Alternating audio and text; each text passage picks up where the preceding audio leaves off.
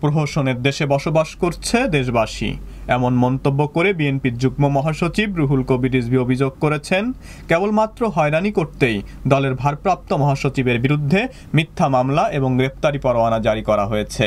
এভাবে মামলা দিয়ে বিএনপিকে দুর্বল করা যাবে না উল্লেখ করে তিনি আরো বলেছেন, এই ধরনের প্রহসনমূলক মিথ্যা কাণ্ডজ্ঞানহীন কাজ করছে এই সরকার। এজাহারে নাম নাই, অথচ চার্জশিটে নাম অন্তর্ভুক্ত করে তার বিরুদ্ধে গ্রেফতারি পরোয়ানা জারি করা হয়েছে। এগুলো সব কাজগুলোরই উদ্দেশ্য, এগুলো ঘটনার উদ্দেশ্যই হচ্ছে হয়রানি করা। উনি কোথায় গেছেন, দেশের একজন জাতীয় নেতা, এটা কি সরকার জানে না? তাকে মানসিকভাবে বিধ্বস্ত করার জন্য, হয়রানি করার জন্য এই কাজগুলো করছে। আমরা আবারও বাংলাদেশ জাতীয়তাবাদী দলের পক্ষ থেকে এগুলো তীব্র নিন্দা জানাচ্ছি, প্রতিবাদ করছি এবং ধিক্কার জানাচ্ছি।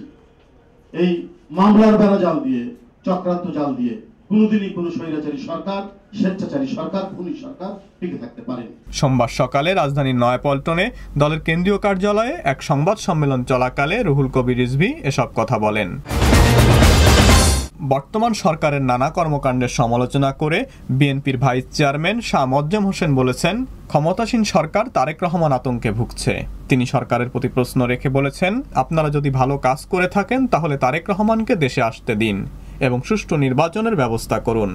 গণতন্ত্র যদি আনতে হয়, স্বাধীনতা যদি রক্ষা করতে হয়, আর এই দুর্বৃত্তদের হাত থেকে, এই জাহাবাজদের হাত থেকে, এই মোতাহারদের হাত থেকে যদি দেশটাকে রক্ষা করতে হয়, নেতৃত্বের প্রয়োজন আছে। আপনারা কর্মী, আপনাদের মধ্য থেকে নেতা গড়ে উঠবে, কিন্তু সব নেতার নেতা হবেন তারেক রহমান। আরেক জিয়া নয়, তিনি আরেক জিয়া।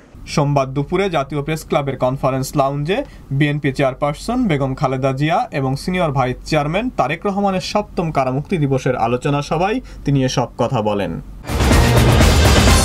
সাবেক রাষ্ট্রপতি প্রফেসর ডাক্তার বদরুদ্দোজা চৌধুরী দেশের সব পেশাজীবী শক্তিকে ঐক্যবদ্ধ হওয়ার আহ্বান জানিয়ে বলেছেন, দেশে এখন মুক্তবুদ্ধি চর্চার উপর হামলা শুরু হয়েছে।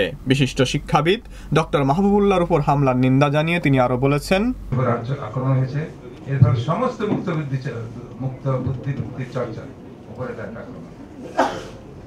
কথা বলার অধিকার কেউ কেড়ে নিতে পারে না, এটা সংবিধানে আছে। যে কোনো মানুষ তার বক্তব্য দিতে পারবে।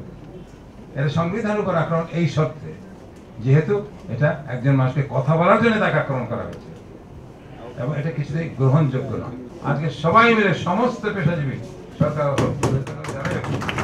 সমস্ত পেশাজীবীদের ঐক্যবদ্ধ হতে হবে এবং তাদেরকে ভবিষ্যতে এই ধরনের ঘৃণ্য আক্রমণ এবং লজ্জা থেকে রক্ষা পেতে হলে তাদেরকে ঐক্যবদ্ধ হওয়া অত্যন্ত প্রয়োজন। সোমবার দুপুরে জাতীয় প্রেস ক্লাবের ভিআইপি লাউঞ্জে শতনাগরিক জাতীয় কমিটি আয়োজিত এক প্রতিবাদ সভায় তিনি এসব কথা বলেন।